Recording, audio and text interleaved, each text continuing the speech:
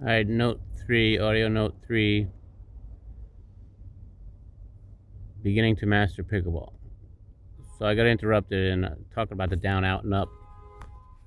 You hear the horns in the background? This is great documentation for the harassment that occurs. So we'll put this in court too. Anyway, the down, out, and up play was when your receiver in football goes out for a pass. He goes down, goes about 5-10 yards out, then out to the side, makes a right turn, goes to the sideline.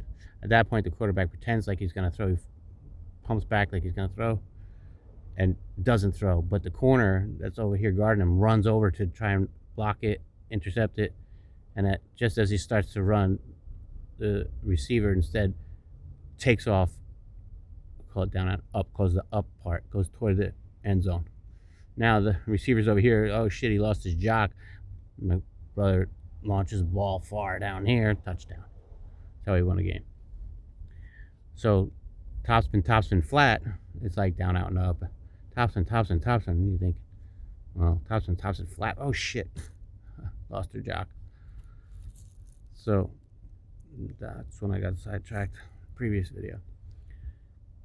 What else can we talk about here?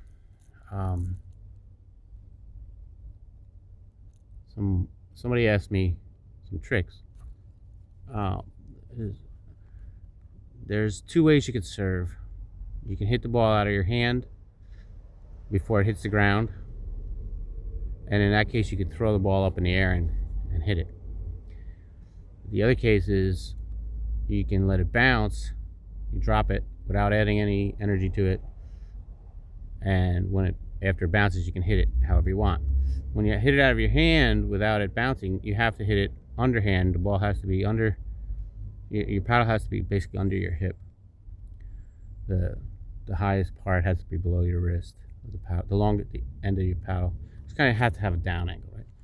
Well, I don't always like doing that. I want to be able to hit it with my overhand strength or my sidearm strength, and that gives the opponent some whole new world of what the heck, So a trick shot that I do is a behind the back serve, and it took me a while to practice it, and people were bitching at me when I first started using it, saying, oh, we don't want that, don't do any of that funny stuff. But it's one of my better serves, and I tell people I only pull this out against the best. So if they know that and I send them one, they know I think they're one of the best players. So I don't always do the same thing to everybody. Like even the best players, I might not do it to them. I don't want to let them know. I don't want to be predictable. That's another tip. Try not to be predictable. If you're always playing at the same time every day and they know your routine, they're going to be ready for you at that moment. They're going to try and do stuff to make it so you're not ready at that moment. So vary it up. So behind the back shot serve involves using your power hand, your right hand, let's say, and reaching behind your back low and swinging it behind your butt cheeks toward the opponent. So you're basically standing sideways when you do this. And your other hand brings the ball, so your left hand is going to drop the ball. You're going to basically swing it around in front of your body from your right to your left, counterclockwise if you're looking down. And when you make contact with the paddle, you let the ball go. So you're swinging, and a way to do it, to practice it, is hit the ball with the paddle in front, and then bring it behind, hit the ball with the paddle. Don't let go of the ball, just keep like a grandfather clock, tick tock, tick tock. And then one time just let go of the ball after you hit it after it makes contact behind your back. You're going to see it's not going to go over, or it's going to go to the side, and you have to practice it until you get it right. Adjust it. Another thing I do is I call it calibrating, and I tell my opponents sometimes, throw them off when I miss a shot. It's usually when I'm early in my day of playing, I'm not completely calibrated. You take a gun, you have to adjust the sightings. The longer it takes you to hit a ball, the more likely you're going to go out of calibration. Your shot's going to be more and more off the longer you wait to hit a ball.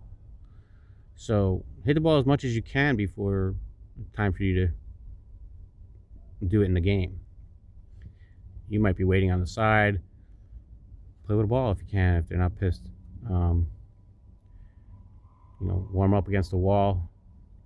And how do you calibrate? A couple things. We have a little square on the wall, and aim for the square. Try and hit the square. You miss it. Okay, try again. Which way did it go wrong?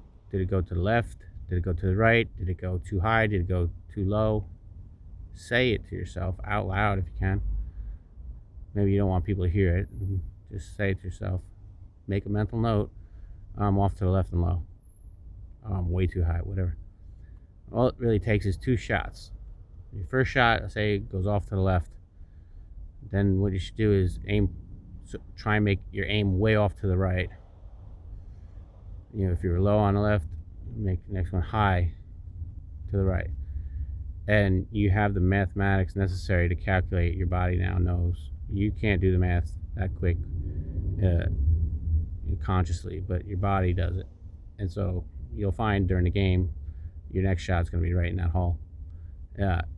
If you don't wait too long to keep hitting it. So when I'm serving, sometimes I'll be bouncing the ball. When you see tennis players, I notice some of the best tennis players, they're bouncing the ball with their left hand. I think that's stupid. Maybe they should be hitting the ball with the tennis racket to the ground and up. Because, bouncing the ball with the left hand isn't helping the right hand calibrate.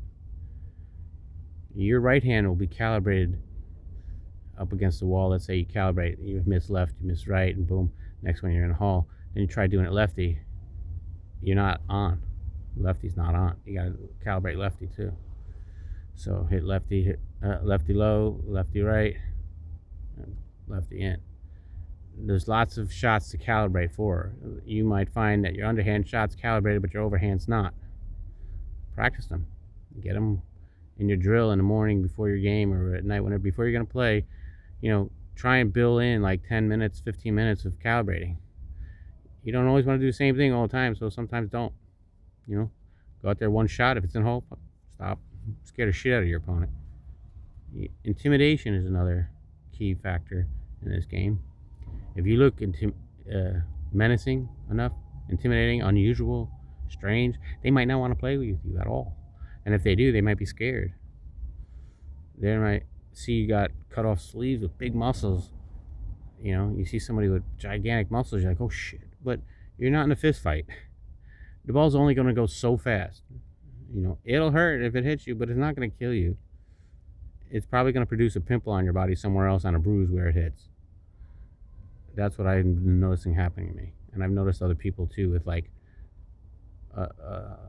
scabs on their knee when they weren't getting hit in the knee. But that impact somehow makes its way out of your body in the form of a pimple somewhere. See if it don't happen to you. It does to me.